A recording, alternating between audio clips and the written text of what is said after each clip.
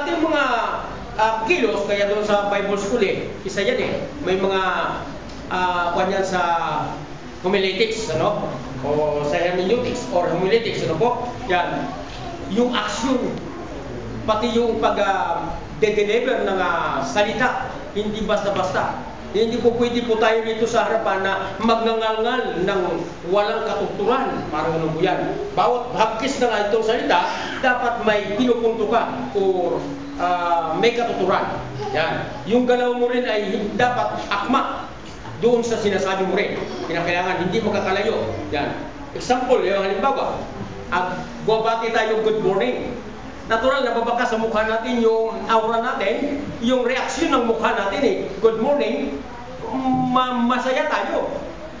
See? Kung good morning, see? Makikita sa mukha, na ibig sabihin yan, hindi good morning. Hindi good. Hindi good ang appearance natin, ano? O yung ating sarili. Yan, hindi good. Yan. So kahit na yung ating sarili hindi good, basta yung ating kinikilos, good. Yan, kita nyo na, So dapat good, sabi nga no. Then sabi nga sa Titus, Book of Titus, chapter 2, verse 12. Pakisundan nyo ako mga kapatid, at ating pong babasahin. Huwag kayong mainip sapagkat mahaba pa talaga itong mensahe ko. At marami pang talata. Ano bang oras na? Hindi ko nakita. Ay, nandun pa.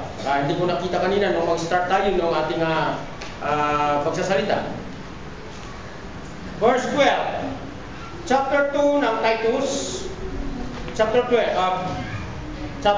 verse 12. The priest instructs us to give up ungodly living and worldly passion, and to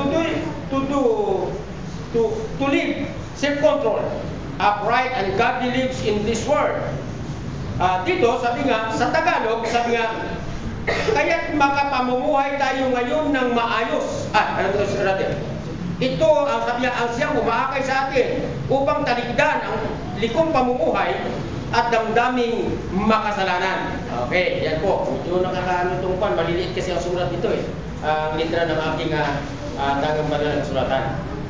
Ang terms na ating kukunin dito, na ating pong bibigyan pansin, passions. Passions. Ano po? Yan. Malalim po, hindi ho bang karaniwang words ang passions. Ano po? Malawak po ito kung ating pong i-apply. Yan. Kasi sabi nga, tuwing yearly, nag-ano sila ng passion, sabi nga no? Passion, sabi nga no?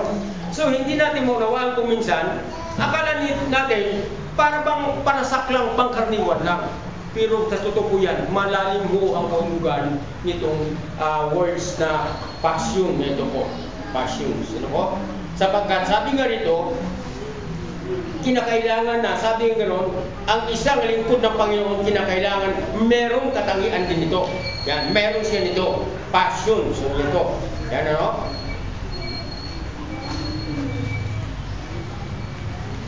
Ito yung, sabi nga, damdamin. Yung sabi nga ron, madamdamin, sabi nga ron, no? Kumbaga sa, ano talaga yan, dinidibdib mo yung paglilingkod mo sa Panginoon o pagsunod natin o pagtaliman natin sa Panginoon. Sabi nga ron. Yan. Kinakailangan, dibdiban. Sabi nga ron. Huwag yung akala mo ay parang okay lang. Alright. Sabi nga ron. Sumunod na parang sunod-sunod abos na tayo. Okay lang. Yan. So, hindi po. At control. Sabi nga, kinokontrol natin yung ating sarili. Sabi nga no, kita nyo na, kinokontrol natin yung sarili natin ito. Control myself. Sabi nga, control yourself. Yan, kinokontrol natin ito. Huwag tayong padadala yung sa kagustuhan ng ating sarili kung minsan, ano? Sapagkat kung ano yung kagusto kayo, may kantang ano dyan Gusto ko ikang bumait, pero hindi ko magagawa.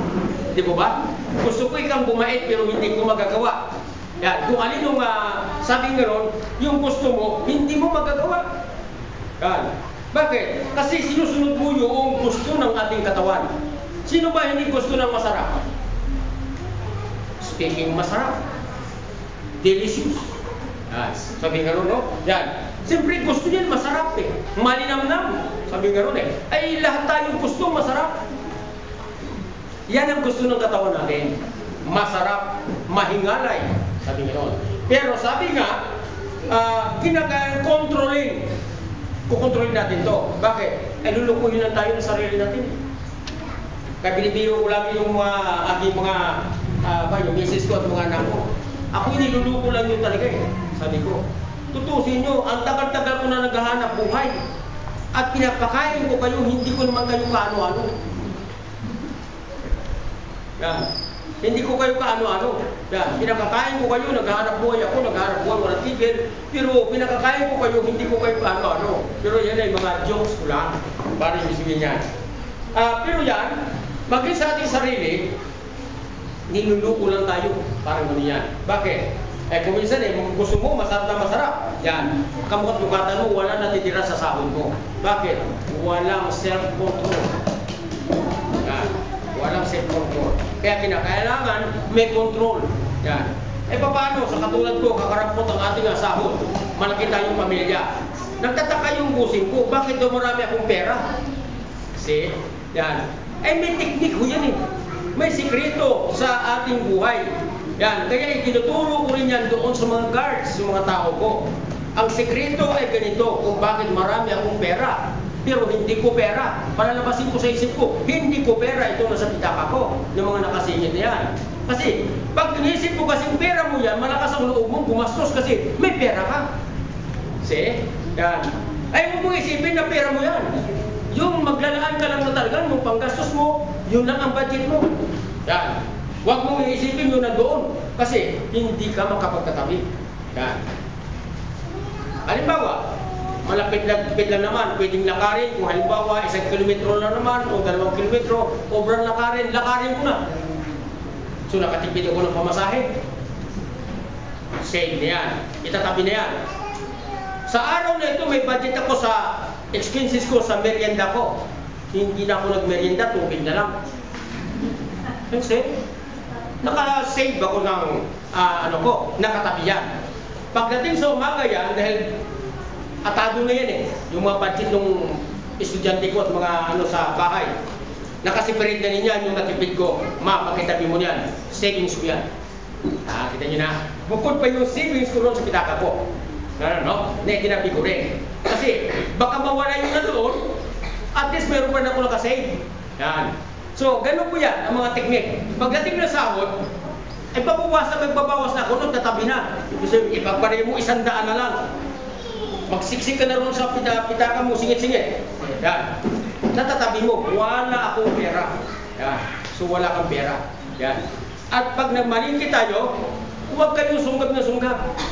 Before na pumunta kayo sa grocery, maglilista na kayo ng dapat ninyong bibilin.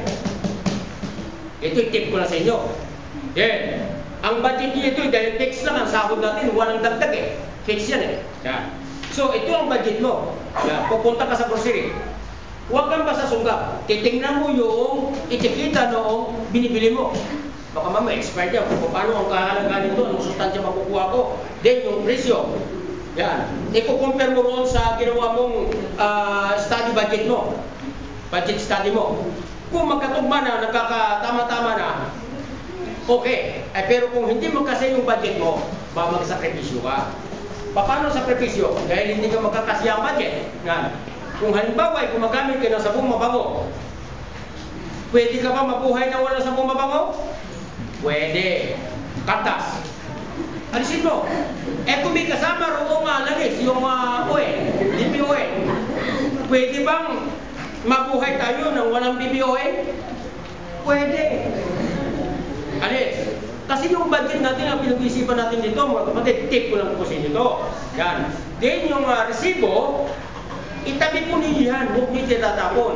Kasi pag susunod nyo pamamalingke o pag-grocery, dala-dala niyo yan. Iko-compare nyo roon sa mga pinamili. Uy, tumaas. 25% o 25 centavos o 50 centavos. Yan, din. Ibig sabihin, yung